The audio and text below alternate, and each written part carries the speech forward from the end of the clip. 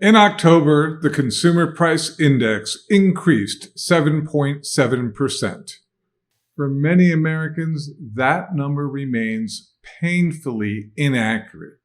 In many places in the country, the inflation rate is well above 8%, and in some places, double digits. For example, if you live in the South Atlantic region, which includes Florida, Georgia, South Carolina, North Carolina, Maryland, Virginia, and West Virginia, prices jumped an average of 8.3% year over year. If you live in the Mountain Division, made up of Arizona, Colorado, Idaho, Montana, Nevada, New Mexico, Utah, and Wyoming, your year-over-year inflation rate rose 9.3%. And in some of the nation's largest metropolitan areas, inflation surged over 10% last month.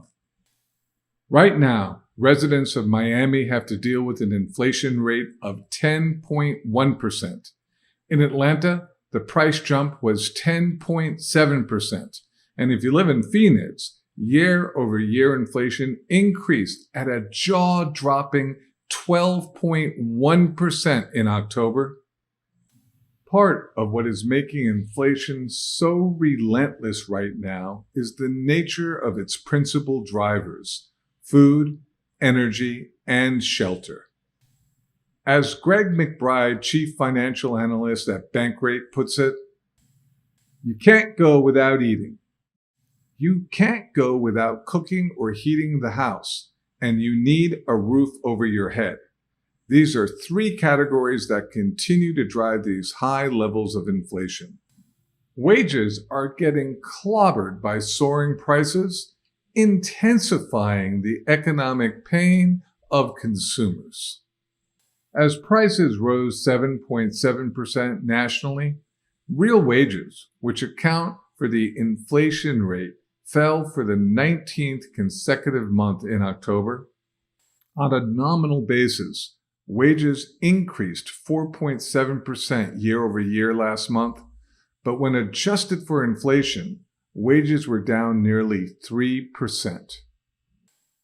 Here's the bottom line. Despite some moderation, inflation remains close to its 40-year highs, and throughout many parts of the country, prices are at excruciating levels, which is why Bankrate financial analyst Greg McBride doesn't hesitate to remind us that any meaningful relief for household budgets is something that is still well over the horizon. We'll keep you updated on this story as it develops. Until next time.